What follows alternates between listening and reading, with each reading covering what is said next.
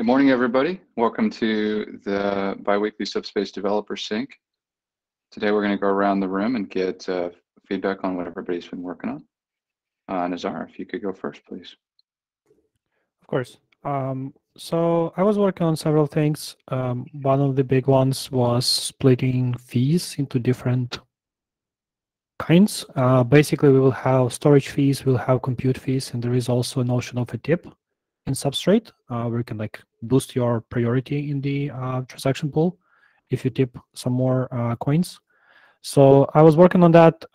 Already have a pull request. Liu-Cheng had some great suggestions. I'm working on them right now. After that, I also switched to a different task of farmer assigning. So basically, right now we have this awkward workaround where we are sending the private key from farmer to the node so the block can be signed. I was like reverting this process backwards so that when there is a need to sign the block, actually notification will be sent to the farmer to sign. It's a little bit not nice. The way it will be implemented, primarily because we do not have a notion of like a session for connection between farmer and node. So we do not necessarily know to which farmer to send this notification if there are multiple.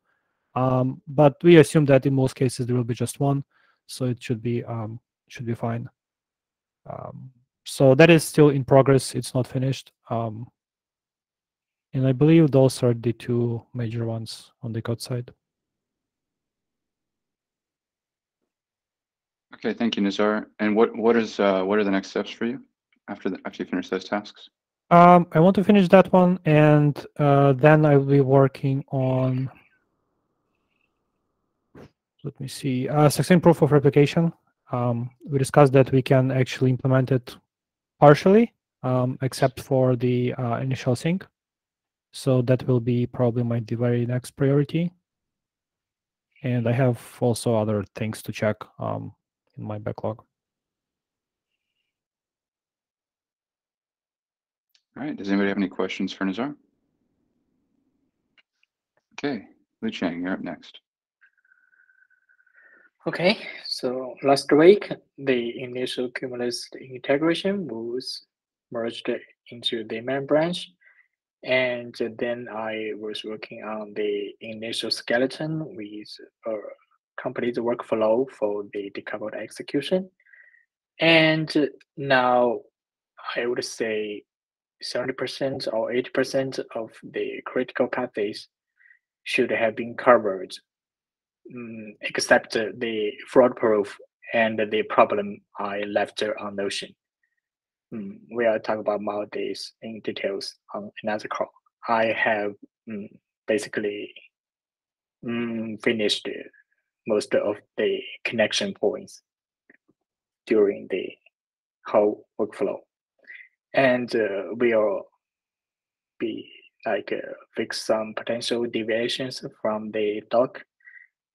And the next step will be putting more meat on the bones. Yeah, and also I have a small PR that is to migrate the palette event from tuple to struct. Yeah, pretty much all on my side. Okay, that sounds like really great progress on getting the skeleton done for decoupled execution. On the you said the issue in Notion, is that the same thing you put up in Discord about how to subscribe to the slot notifications from the farmer? Nope. It was about gossiping the bundles to the executor peers. I think I replied to it. We can probably yeah. for the immediate future. Yeah, okay. We can skip it for now. What was the reply? I mean, we can just talk about it briefly. Yeah, basically I said that we can probably skip it for immediate future because the whole bundle as such will be included on the main chain, and we can deal with it later once we have like headers. So we're not gossiping it to the other executors on the secondary chain right now. Yes, the question was how to do it, and I said like, we can probably skip it for now. Okay. All right. Are we have we documented that somewhere just so we've got awareness of that to add to the backlog? Is that like in the spec somewhere, or It's a comment on the somewhere? spec. Okay. Okay. And then what you said there was one other issue, Liu-Cheng, with fraud proofs. Is that just you haven't implemented them yet, or is there an issue or a question there on implementation details? I haven't looked into this part. Okay. So Right. so it is haven't been included on my PR. Okay, my branch. I haven't created the PR. Okay, great. And are you going to wait until you have all that done before you submit that to Nazar? Yeah, actually, it's ready to be reviewed. I can make it right now. Okay, good. Yeah, let's try to do that as incrementally as possible. Yes. Okay, great. Any questions for Liu-Cheng? All right, Serge, you're up next. So during the weekend, I was playing with Datadog. I created a few alerts, one for disk usage, for volumes, because DigitalOcean natively doesn't support alerts for mounted volumes, only for the droplet itself, but Datadog can do that. And I also created alert if there is no activity on Relayer. And also I have updated dev environment and test A environment with up-to-date Relayer. And we've been reaching some limit on for requests to on-finality endpoints. So I messaged them so we can have more. And I also implemented a script to continuously download blocks to our archive after we finished with like a local node, so we can fetch blocks from the remote node when new blocks basically are created. And it's in review now. Also, I managed to create an image for statement. However, it requires a chain specification, and I don't really understand yet how it should look like. So this is what I'm gonna do next.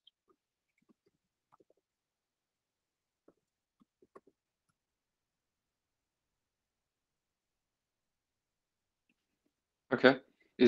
Are there any next steps on the relayer on the implementation side of the code, or is it just like DevOps related stuff for the parachains that are coming online?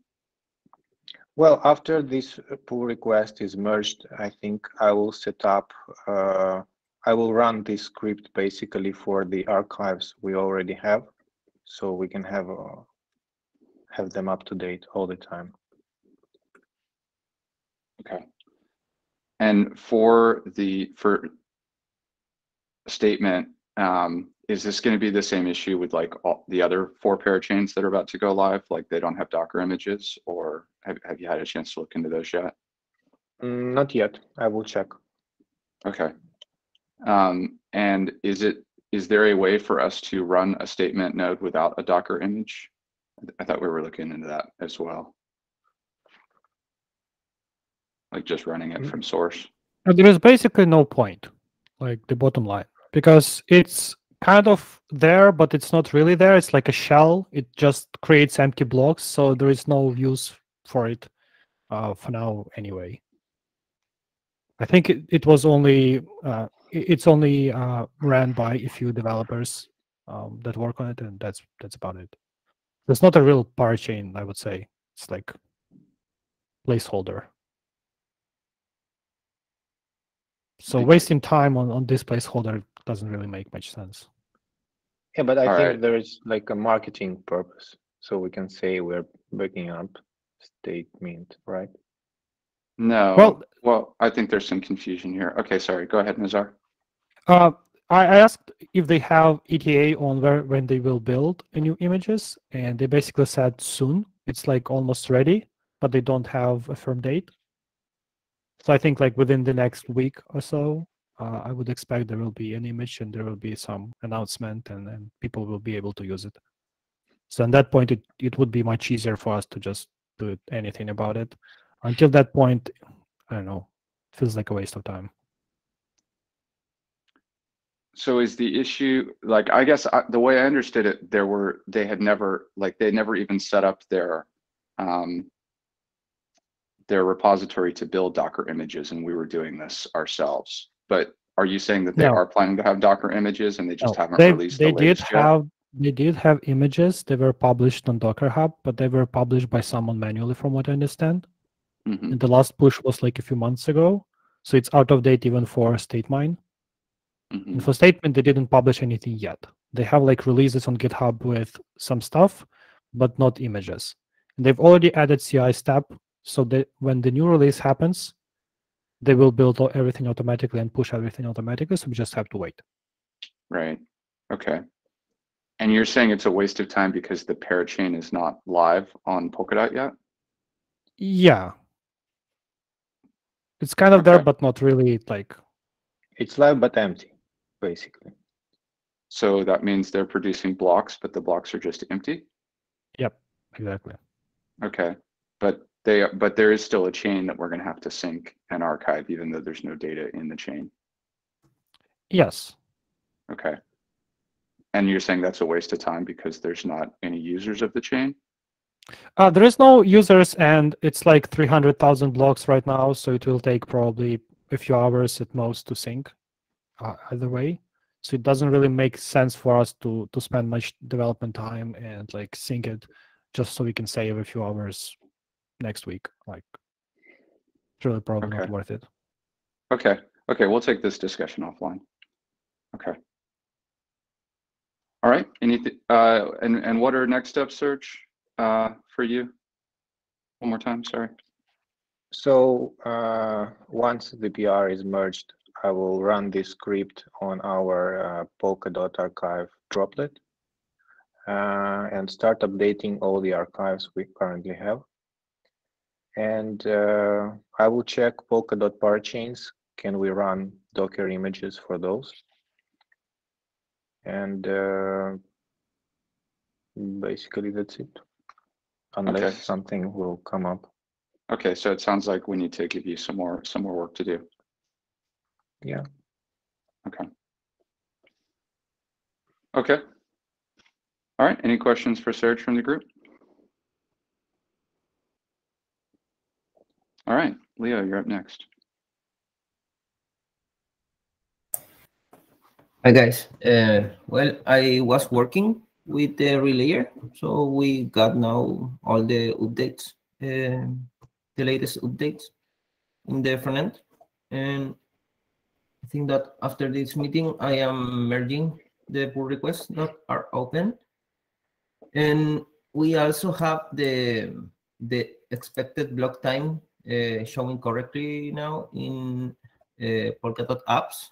It was a really fast pull request. And I also worked in the test A environment when it went down and we had to restart it. And finally, I got a working bundle version of the Subspace JS library, and I was testing it in the examples folders and got some problems in there that I have to solve. And yeah, I think that those are my latest updates in the 4 projects I was working.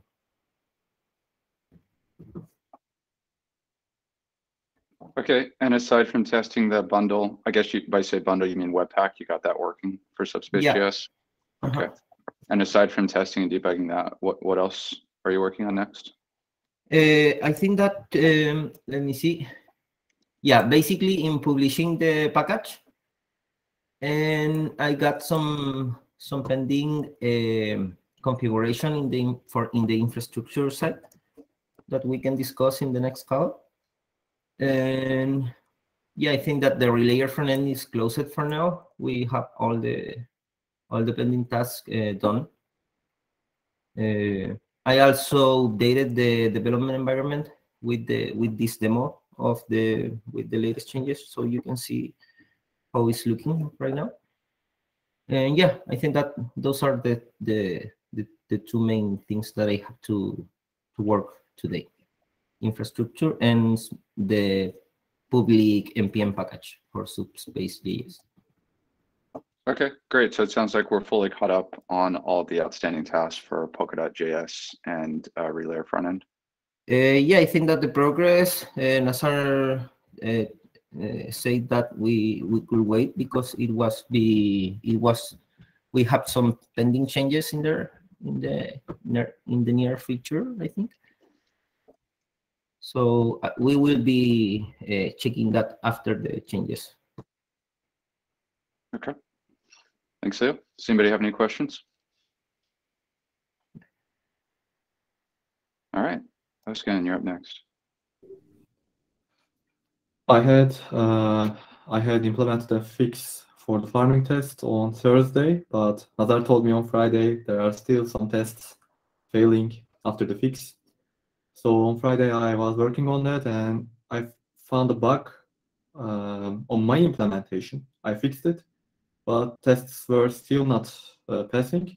On Saturday I found there's actually a bug on the commitment side. We discussed it with Nazar, he approved that, and today I merged the PR for that. Like discovering the bug was a bit painful, but fix was really easy, so no problem on that. After that, I finished my current test implementation and submitted the PR. Nazar suggested a better way for implementing them for sustainability purposes. I will try to implement that. So till Thursday, I was spending most of my time on these. My next steps would be finish the documentation for the Nazar's latest CI upgrade. I hadn't time to look at it. And after that, like before Wednesday farm desktop meeting, I will try to integrate Tauri with the backend for the farmer, hopefully. And that's all.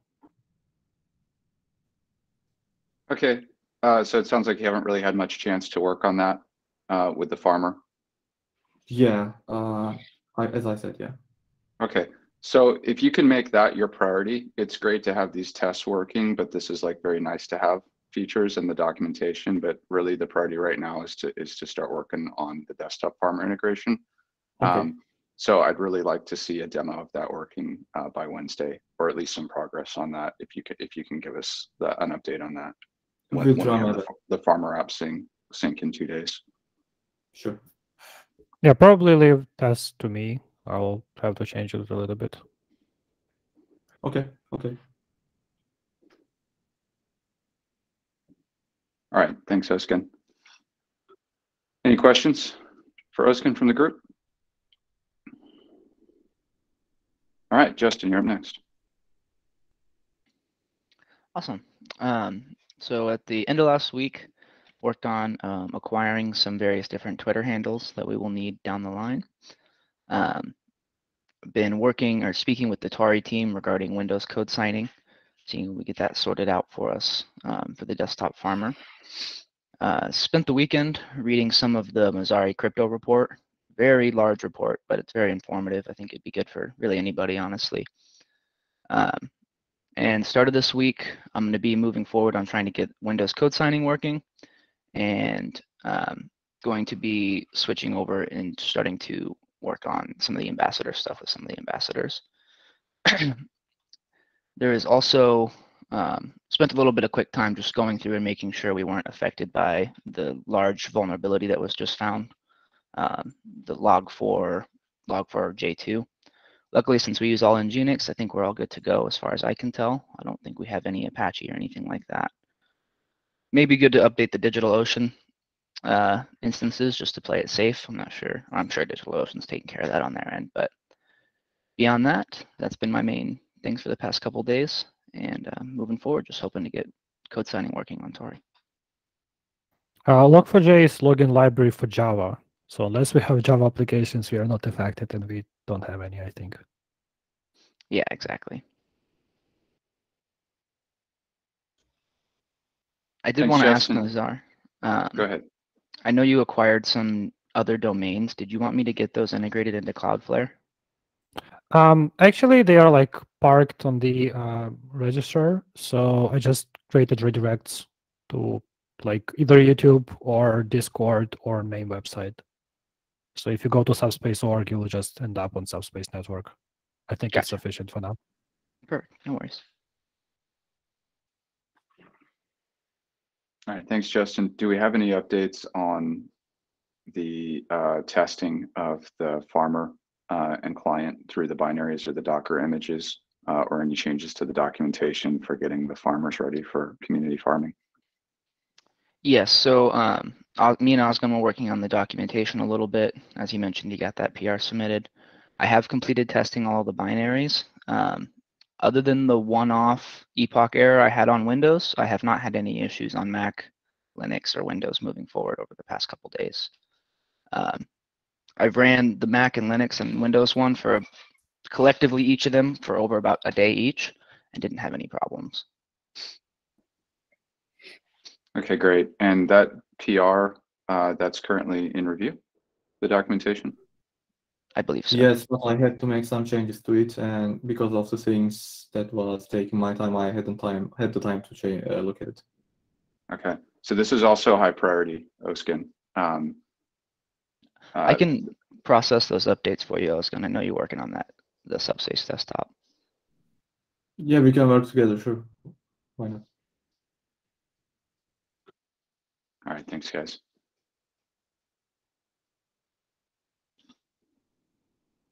All right, I had another question there, but I forgot what it was.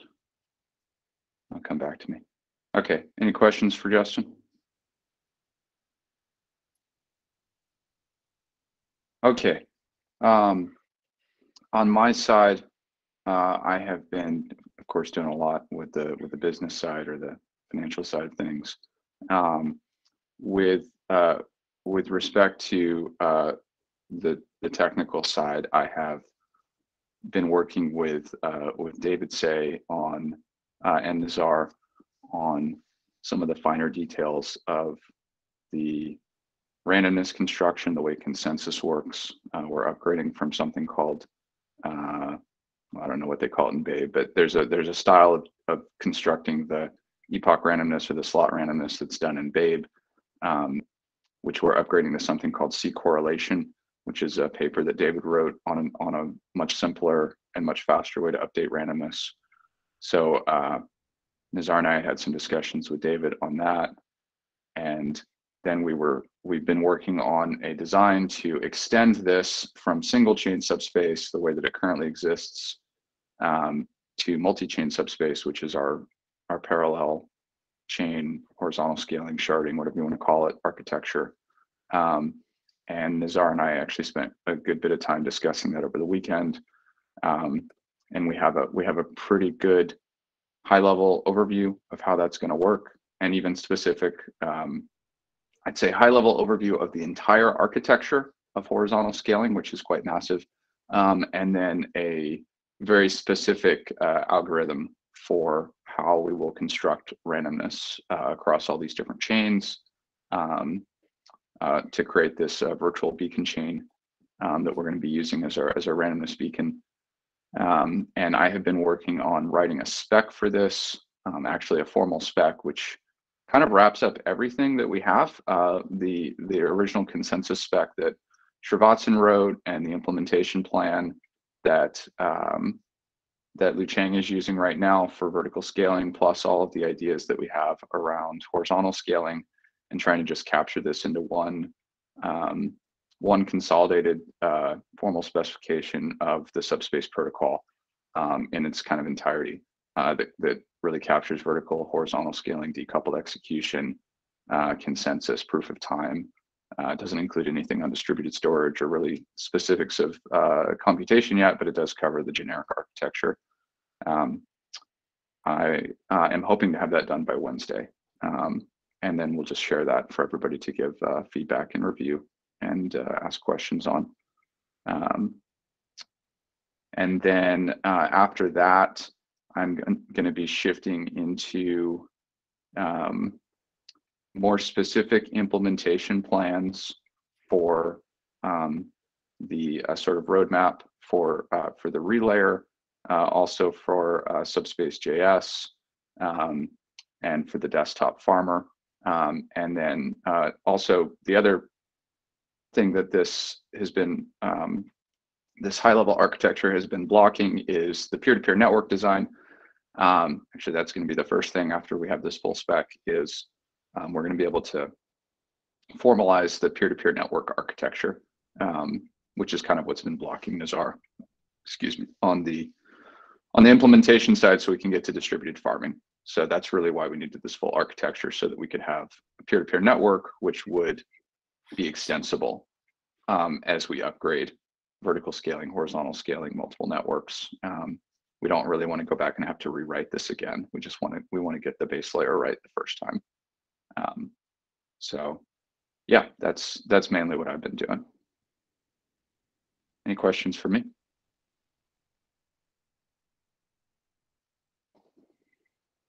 All right, anything else we want to cover while we're here?